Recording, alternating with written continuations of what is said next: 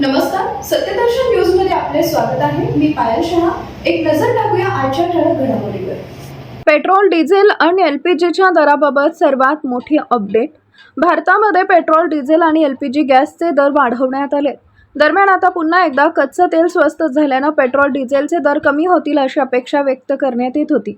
मात्र आता एक मोठी बातमी समोर आली आहे, ती म्हणजे जरी कच्च्या तेलाचे दर कमी झाले असले तरी देखील लगेचच देशात पेट्रोल, डिझेल स्वस्त होणार नाहीये. याबाबत केंद्रीय पेट्रोलियम, नैसर्गिक गॅस आणि पर्यटन राज्यमंत्री सुरेश गोपी यांनी माहिती दिली आहे.